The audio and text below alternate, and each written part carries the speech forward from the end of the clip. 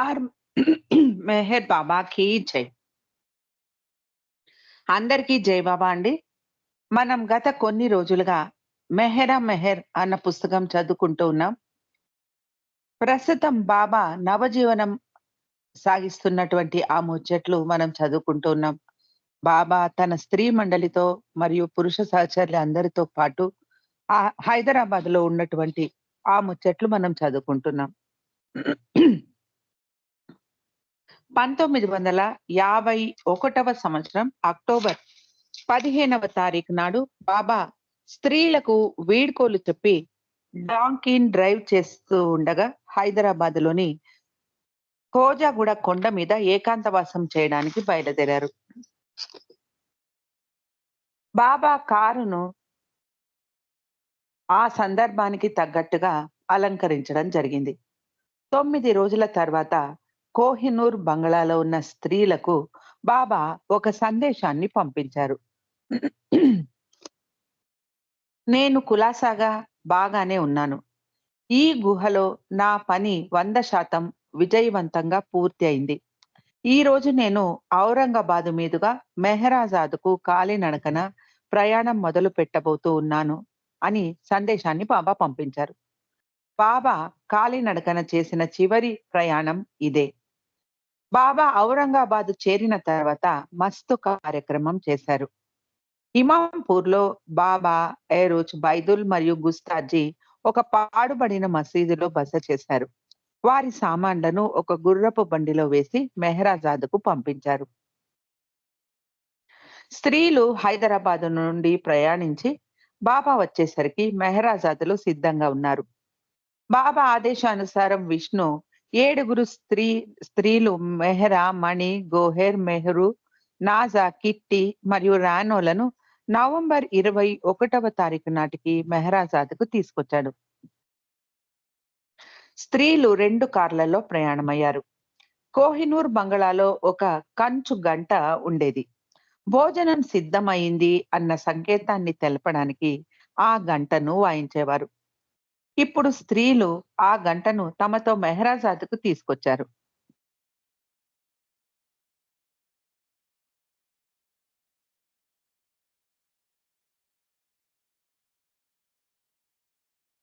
స్త్రీలు మెహరాబాద్‌కు తీసుకొచ్చారు.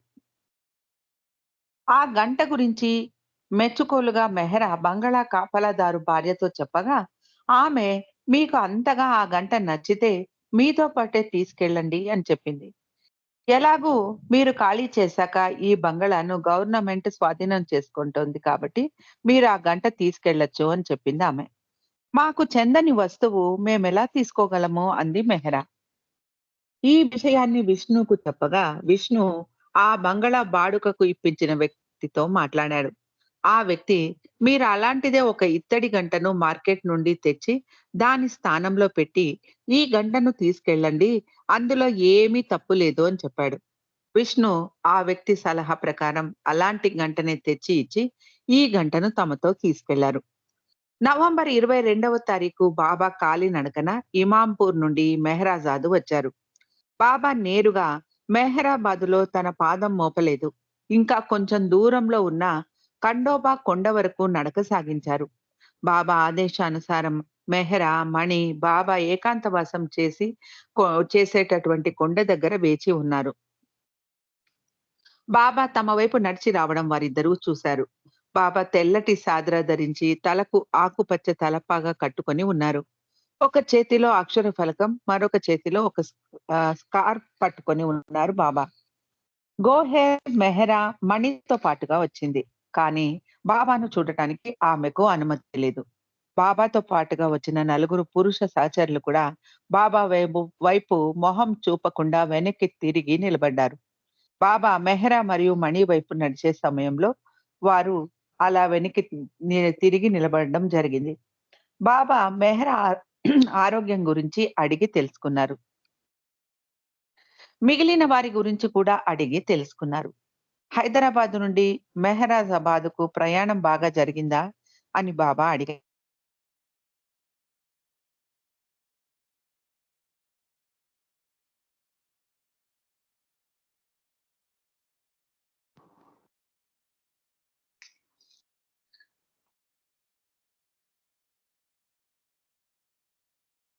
బాబా తన ఆరోగ్యం బాగానే ఉంది అని అని చెప్పారు.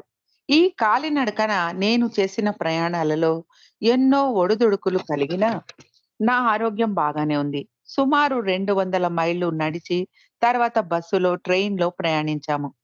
ఇమాంపూర్ నుండి 20 మైళ్ళు నడిచి మెహ్రాజాదు చేరుకున్నాము అని బాబా వివరించారు. కొన్ని రోజులు కొండ మీద నిర్మించిన క్యాబిన్‌లో ఏకాంతవాసం, ఉపవాసం చేయదలిచారు బాబా. తనకు షేవింగ్ చేసుకోవడానికి, స్నానం చేయడానికి రోజు కొన్ని బకెట్ల వేడి నీటిని కొండ మీదికి పంపించమన్నారు. పాలు కలపని పలచటి టీ రోజు పైకి పంపించమన్నారు. సహచరులకు భోజనాన్ని మెహ్రూ దమానియా, అహ్మద్‌నగర్ నుండి రోజుకు ఒక్కసారి పంపించాలి అన్నారు బాబా. బాబా కోసం ఒక క్యాబిన్ మరియు సహచరుల కోసం మరొక క్యాబిన్ కొండ మీద నిర్మించారు పాద్రి. బాబా తన పని మొదలుపెట్టడానికి కొండ మీదికి తన సహచరులను వెంట పెట్టుకొని ఎక్కి వెళ్లారు. ప్రతిసారి జరిగినట్టే బాబా తన పని ప్రారంభించగానే ప్రకృతి వికోపం ప్రారంభమైంది. అప్పుడు చలికాలం. చలి ఎక్కువగా ఉంది. తీవ్రమైన చలి గాలులు వేగంగా వీచసాగాయి. చలి ఇంకా తీవ్రమైపోయింది. రాత్రిళ్ళు అక్కడ నిద్రించడం చాలా కష్టమయ్యేది. దీనికి తోడు పెద్దగా వర్షం కూడా మొదలైంది. వర్షం నీరు క్యాబిన్ లోపల కారడం మొదలైంది. బాబా ఆ నీటిలో తడిసిపోయారు. నవంబర్ 24వ తారీఖు ఉదయం బాబా మెహ్రా మణిలను కొండ మీదికి పిలిపించారు. బాబా తన పని గురించి వారికి వివరించి, తన పని తనకు పూర్తి తృప్తిని ఇచ్చింది కానీ, మాయ చాలా అవాంతరాలను కలుగజేస్తుంది. అందుకని మిగిలిన 2 రోజులు మెహరాజాదులో ఏకాంతవాసాన్ని కొనసాగించదలిచాను అన్నారు బాబా. ఆ మధ్యాహ్నం 4 గంటలకు బాబా కొండ దిగి వచ్చారు. బాబా మెహరాజాదులో ఏకాంతవాసం చేస్తూ మధ్యలో అప్పుడప్పుడు బయటికి వచ్చి సంగీతం వినేవారు. కాసేపు స్త్రీలతో మాట్లాడేవారు. నవజీవనానికి తాము వెళ్ళిపోయిన తర్వాత ఇక్కడ మెహరాజాదులో వదిలిపెట్టి వెళ్ళిన బూటీ అన్న కుక్క మంచి ఆహారం లేక బక్కచిక్కిపోయింది అంటారు మెహ్రా. బాబా బూటీకి మంచి ఆహారం పెట్టి దాన్ని మళ్ళీ మచ్చిక చేసుకోండి అని ఆదేశించారు. బాబా స్వయంగా ఆ కుక్కను డైనింగ్ హాల్లోకి తీసుకొచ్చి గుడ్డు తినిపించేవారు. అందరూ తలా ఒక చెయ్యి వేసి బూటీకి ఆహారం తినిపించేవారు. లేకుంటే అది తమను గుర్తుపట్టదు అని. కొన్ని రోజుల తర్వాత బాబా ఇక చాలు, అది మిమ్మల్ని అందరినీ గుర్తుపడుతోంది. ఇక అందరూ ఆహారం తినిపించడం అక్కర్లేదు అన్నారు బాబా. మెహ్రాజాద్‌లో అప్పటికి కరెంట్ గాని, జనరేటర్ గాని లేదు కాబట్టి జనరేటర్ అమర్చారు. కానీ దాని శబ్దం ఎక్కువగా ఉండటంతో రోజు రాత్రి 9 గంటలకు జనరేటర్ ఆఫ్ చేసి కెరసిన్ లాంతర్లు వెలిగించేవారు. నవంబర్ 26వ తారీఖు బాబా మెహ్రాతో నా 40 రోజుల పని విజయవంతంగా ముగిసింది. కానీ ఇంకా మిగిలి ఉన్న 80 రోజుల పని చాలా ముఖ్యమైనది అని చెప్పారు. మనోనాష్ కొండ మీద రిపేర్లు ముగియడంతో బాబా పగలు మెహ్రాజాదులో, రాత్రిళ్ళు కొండ మీద క్యాబిన్‌లో ఏకాంతవాసం చేయడం ప్రారంభించారు. డిసెంబర్ 1వ తారీఖు నుండి బాబా 4 రోజులు ఉపవాసం ప్రారంభించారు. కేవలం నీరు మాత్రమే తీసుకునేవారు. ఒక సందర్భంలో బాబా ఇలా అన్నారు. నేను ప్రతి క్షణం మరణయాతన అనుభవిస్తూ ఉన్నాను. ప్రతి క్షణం చనిపోయినట్టు అనుభూతి పొందుతున్నాను అన్నారు బాబా. డిసెంబర్ 6 నుండి 19వ తారీఖు వరకు బాబా కొండ దిగి మెహరాజాదుకు వచ్చారు. తానా నుండి బైబిల్ తీసుకొచ్చిన మస్తుతో పని చేయసాగారు బాబా. బాబా పాద్రికి చెప్పి కొండ మీద ఉన్న 2 క్యాబిన్‌లను విప్పి దిగువ మెహ్రాజాదులో ఒకటే క్యాబిన్‌గా నిర్మించమన్నారు. డిసెంబర్ 25వ తారీఖు క్రిస్మస్ పండుగ రోజున బాబాకు తన పని ఒత్తిడి నుండి కొంచెం ఉపశమనం కలిగించడానికి స్త్రీలు బాబా కోసం ఒక చిన్న ప్రదర్శన చేశారు. 15 నిమిషాలు ఒక స్కిట్ చేసి చూపించారు. ఒక ట్రైన్ కంపార్ట్మెంట్‌లో ప్రయాణిస్తున్న వివిధ మతాల దంపతులకు సంబంధించిన కథను స్కిట్‌గా ప్రదర్శించారు. కిట్టి మరియు రానో పార్సీ దంపతులు, మెహ్రూ మరియు గోహెర్ ఇరానీ దంపతులు, మణి మరియు నాజా ముస్లిం దంపతులు. అక్కడ ఉన్న వారందరూ ఆ స్కిట్‌లోని పాత్రలే కేవలం బాబా మరియు మెహ్రా మాత్రమే ప్రేక్షకులుగా ఉన్నారు. రాను నారింజ తొక్కతో చేసి అలంకరించుకున్న కట్టుడు పళ్ళు అప్పుడప్పుడు ఊడి పడిపోతూ ఉండేవి. రాను రాను గబుక్కున వాటిని పెట్టుకొని మళ్ళీ అతికించుకునేది. కిట్టి గుజరాతీ మాటలను పలికే తీరు బాబాకు నవ్వు తెప్పించింది. నవ్వు ఆపుకోలేక బాబా మొహం ఎర్రగా కందిపోతూ ఉండేది. బాబా శబ్దం బయటికి రానీయకుండా నవ్వేవారు. మనం ఏదైనా నవ్వు వచ్చే సందర్భంలో మనసారా గట్టిగా నవ్వుతేనే ఆ ఆనందాన్ని అనుభవిస్తాము. కానీ బాబాకు ఆ అవకాశం కూడా లేదు అంటారు మెహ్రా. మర్నాడు మెహ్రా పుట్టినరోజును ఆచరించారు. బయటి నుండి ఎవ్వరిని పిలవలేదు. అహ్మద్‌నగర్ నుండి పలావ్ వండించి తెప్పించారు. డిసెంబర్ 27వ తారీఖు బాబా మెహ్రాజాద్‌లో కొండ మీద నుండి తెచ్చి బిగించిన క్యాబిన్‌లో మళ్ళీ ఏకాంతవాసాన్ని ప్రారంభించారు. కొన్నిసార్లు బ్లూ బస్ లోపల కూడా కూర్చునేవారు. భోజనం స్త్రీల వైపు నుండి వచ్చేది. కానీ వారు బాబాను చూడలేరు. గోహెర్ ఆహారాన్ని ట్రేలో పెట్టుకొని తెచ్చి కాకా చేతికిచ్చేది. కాకా వద్ద నుండి ఎరుచ్ తీసుకొని బాబా దగ్గరకు వచ్చేవాడు. బాబా కొందరు మస్తులతో కూడా పని చేస్తూ ఉండేవారు ఆ సమయంలో. జనవరి 4వ తారీఖున ఆలీషా అన్న మస్తును తీసుకొచ్చారు. అదే రోజు సాయంకాలం 6:45 నిమిషాలకు బాబా తన క్యాబిన్ వెనుక ఉన్న ఒక గొయ్యిలో ధుని వెలిగించారు. ఆ అగ్ని మరునాడు ఉదయం 7 గంటల వరకు వెలుగుతూనే ఉంది. ఈ ప్రక్రియ మనోనాష్ కార్యక్రమం సమాప్తమయ్యేంత వరకు కొనసాగింది. ఈ సమయంలో ఏరోజ్ భగవద్గీతలోని కొన్ని భాగాలను బాబా చదివి వినిపించేవాడు. బాబాకు చదివి వినిపించేవాడు. అలాగే బైబిల్ నుండి బుద్ధిజం, సూఫీ లిటరేచర్‌లోని విషయాలు కూడా చదివి వినిపించేవాడు ఎరోజ్. జనవరి 23వ తారీఖు నుండి బాబా యొక్క ఏకాంతవాసం తీవ్రమైంది. బాబా మనోవైఖరి మారిపోతూ ఉండేది. చాలా అలసిపోయిన భావం కలిగేది బాబా మొహంలో. 31వ తారీఖు దినం పూర్తి బాబా తన సహచరుల చేత వివిధ భగవంతుని నామాలను పలికించారు. సాయంత్రం 7 గంటలకు బాబా తన క్యాబిన్ నుండి బయటికి వచ్చి ధుని వెలిగించారు. అంతకుముందు బాబా ఎరుద్ చేత ఒక పేపర్‌లో ఇలా రాయించారు. అన్ని క్రతువులు, కర్మకాండలు, అన్ని మతాలకు సంబంధించిన ప్రపంచంలోని అన్ని సాంప్రదాయాలకు చెందిన మతపరమైన వేడుకలన్నిటినీ అగ్నిలో దహింపబడ్డాయి అని రాయించారు. ఆ పేపర్‌ను బాబా తన కోటు జేబులో నుండి బయటికి తీసి ఎరుద్ చేత బిగ్గరగా చదవమన్నారు. అగ్ని ప్రజ్వలిస్తూ ఉండగా ఆ వెలుగు చదివాడు. The Baba Bluetooth device is ready to pair. The Bluetooth device.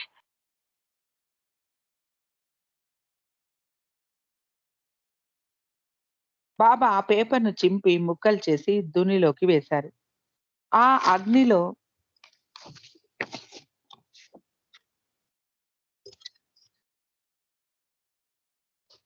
మండుతున్న సమిధలన్నీ కాలి బూడిదయ్యే వరకు బాబా అక్కడే కూర్చున్నారు.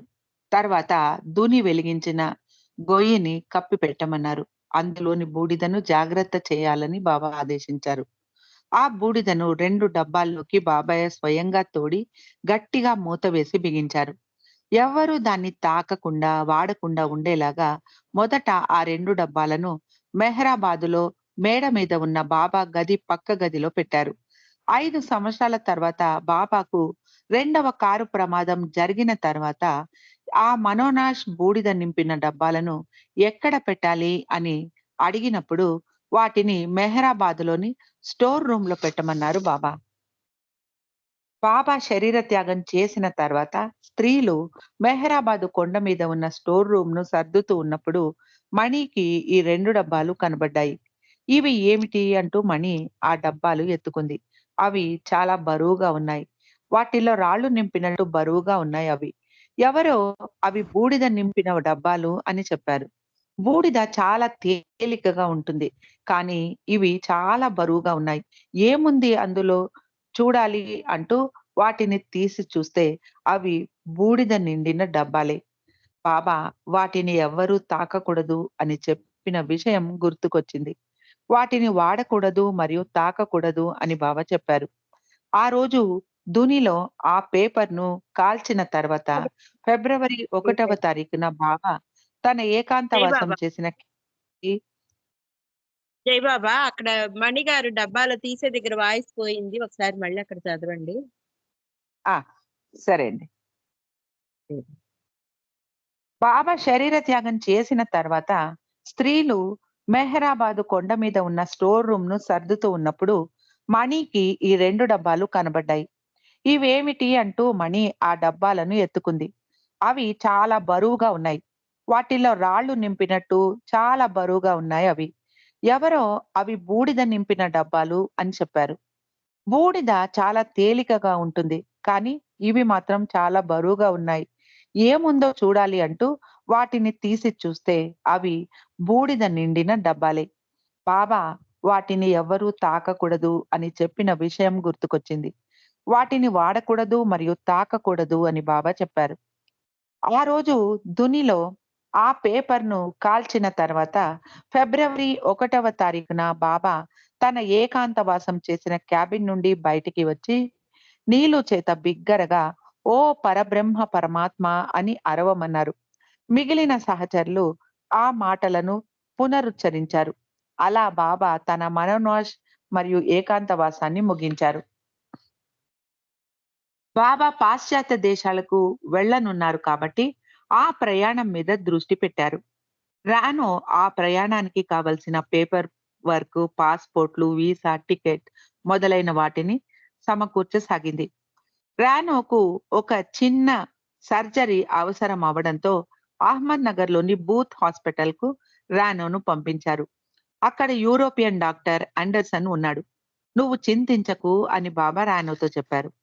ఫిబ్రవరి 8వ తారీఖు బాబా, మెహ్రా, మణి, గోహెర్, మెహ్రు, కిట్టి మరియు రానో హ్యాపీ వ్యాలీకి పిక్నిక్ వెళ్లారు.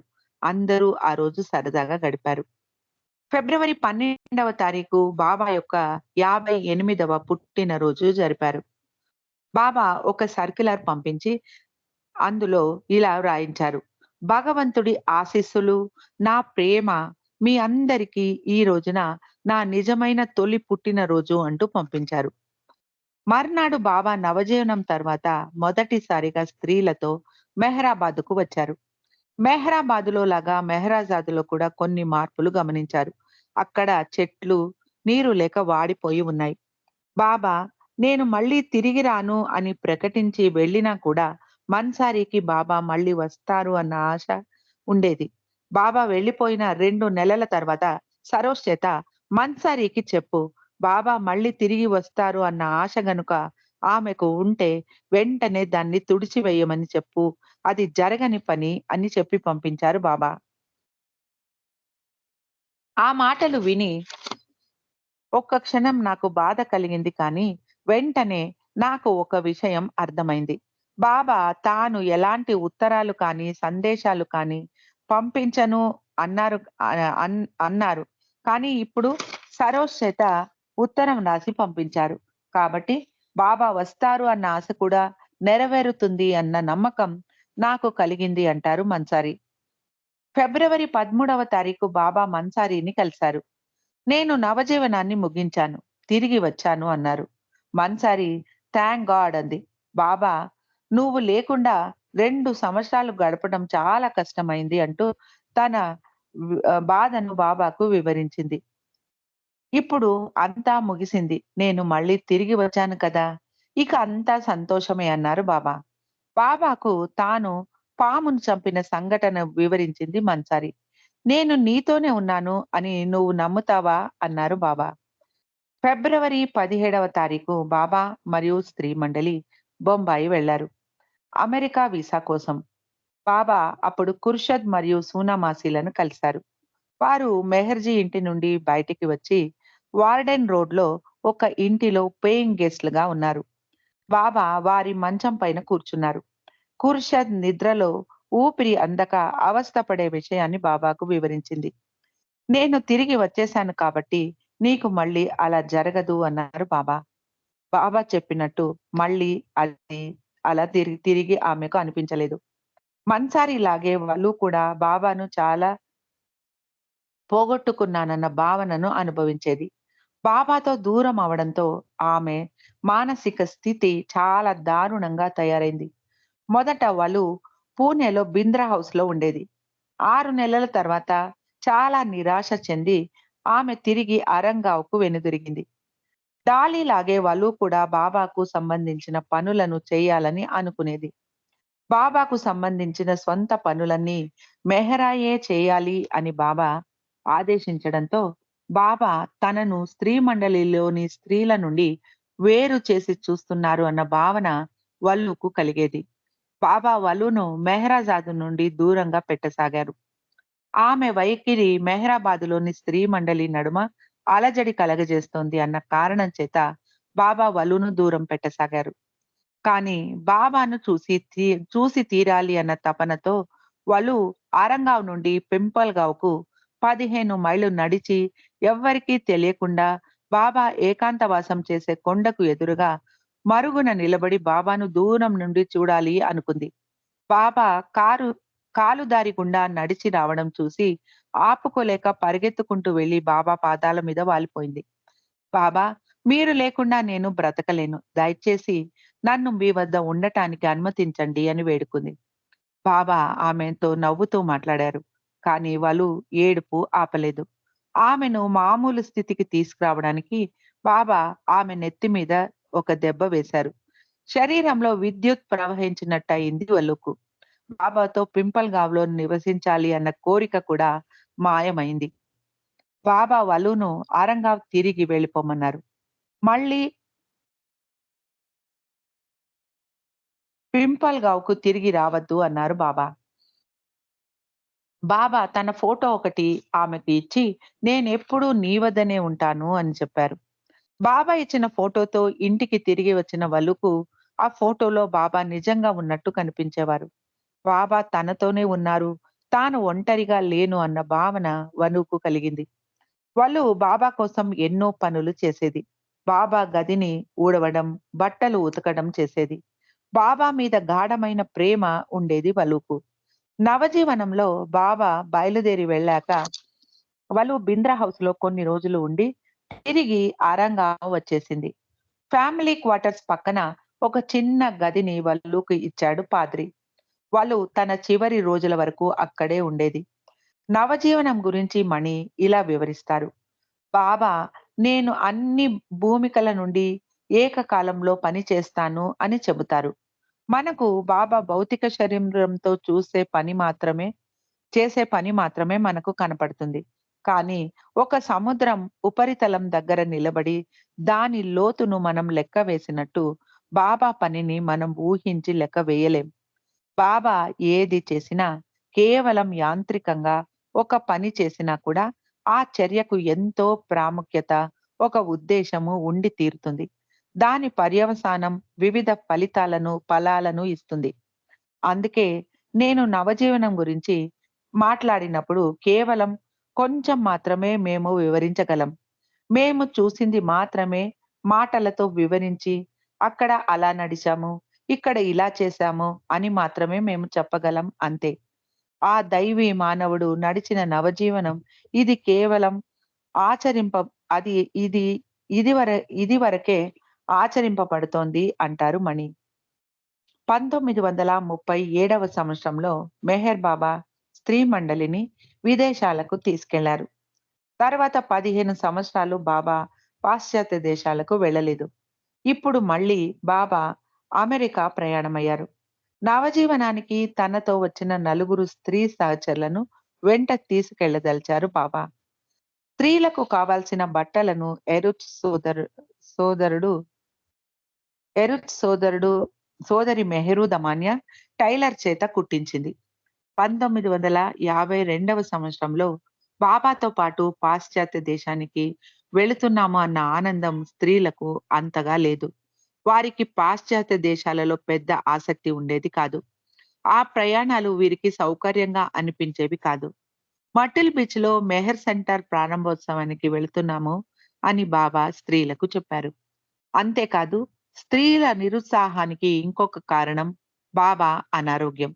బాబా ఆరోగ్యం అంత బాగాలేదు.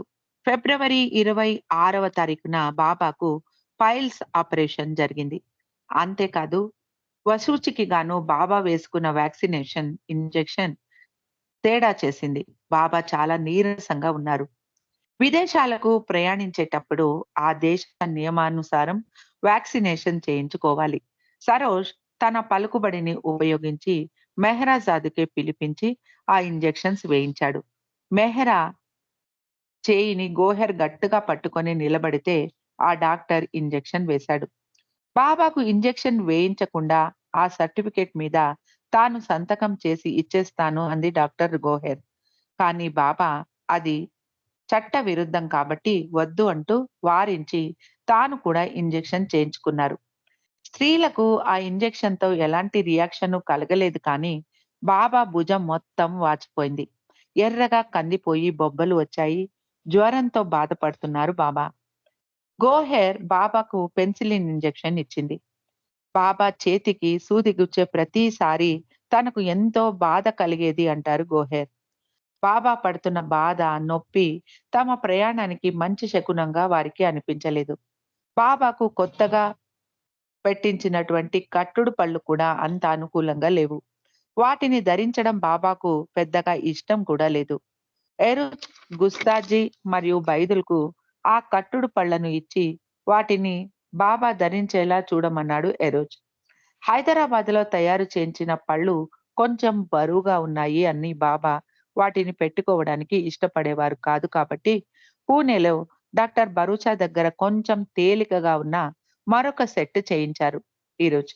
బాబా వాటిని పాశ్చాత్య దేశాలకు వెళ్ళినప్పుడు ఇష్టం లేకపోయినా ధరించారు.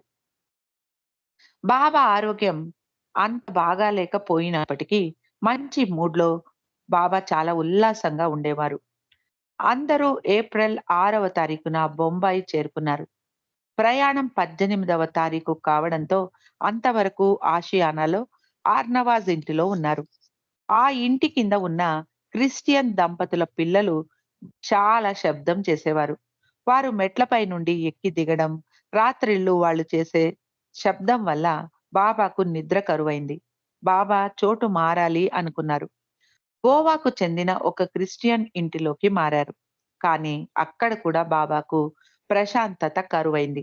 పెద్దగా సంగీతం వినిపించేది దగ్గర ఉన్న స్పీకర్ నుండి. ఆ శబ్దానికి బాబాకు నిద్ర పట్టేది కాదు. అక్కడి నుండి కొన్ కొండ అక్కడి నుండి కూడా మారిపోయి బొంబాయికి దూరంగా మార్వే అన్న చోటికి మారారు. అక్కడ ప్రశాంతంగా, నిశ్శబ్దంగా ఉంది. సాయంకాలం స్త్రీలు బాబాతో వాకింగ్ వెళ్ళేవారు. ఏప్రిల్ 18వ తారీఖు మళ్ళీ బొంబాయికి తిరిగి వచ్చారు. ఆ రోజు రాత్రే ప్రయాణం. విమాన ప్రయాణం అంటే మెహ్రాకు కొంచెం భయంగానే ఉంది. బాబా నాతో ఉన్నారు, ఎందుకు భయం అని తనకు తానే ధైర్యం చెప్పుకుంది మెహ్రా. విమానంలో బాబా, మెహ్రా పక్కపక్కనే కూర్చున్నారు. మెహ్రా కిటికీ పక్కన కూర్చోగా బాబా ఆమె పక్కన కూర్చున్నారు. వారి ముందు సీట్లో రానో మరియు గోహెర్ కూర్చున్నారు. పక్క సీట్లో మణి మరియు మెహరు కూర్చున్నారు. కిట్టి ఒంటరిగా రానో గోహెర్ సీటు ముందర సీట్లో కూర్చుంది. ప్లేన్ పైకి ఎగిరిన 15 నిమిషాల తర్వాత లోపల చలి ఎక్కువగా ఉంది. చలికి మెహ్రా వణుకుతోంది. బాబా ఎయిర్ కండిషన్ వెంట్ నుండి వస్తూ ఉన్న గాలిని ఆఫ్ చేయించారు. ప్లేన్‌లో మెహ్రా టాయిలెట్‌కు వెళ్ళాలంటే చెరొక పక్క ఇద్దరు స్త్రీలు తోడు వెళ్ళేవారు. మెహ్రాకు ప్లేన్‌లో ఏమీ తినబుద్ధి కావడం లేదు. ప్లేన్ అటెండర్ ఏమి తెచ్చినా వద్దు అంటూ వెనక్కి పంపించేసేది మెహరు. కేవలం వేడి నీటిని మాత్రమే తాగుతూ ఉండేది కానీ, మణి అలా కాదు. బాగా కడుపు నిండా తినసాగింది. ఎలిజబెత్ అందరికీ ఫస్ట్ క్లాస్‌లో టికెట్లు కొనడంతో ఏమి తిన్నా అంతా ఉచితం కాబట్టి, మణి వచ్చిన ఆహారాన్నంతా వద్దు అనకుండా లాగించేది. ఇన్ని సంవత్సరాలు తమ ఇష్టానికి కావాల్సిన ఆహారాన్ని తినే భాగ్యం ఉండేది కాదు. అన్నిటికీ ఆంక్షలే. కానీ ఇప్పుడు బాబా మీకు కావాల్సినవి మీరు తినొచ్చు అని అనుమతి ఇవ్వడంతో మణి కడుపారా తినసాగింది. వారు ఏ పని చేసినా బాబా అనుమతి ప్రకారం చేసేవారు. ఇప్పుడు బాబా అనుమతి లభించింది కాబట్టి ఇక అడ్డే లేదు.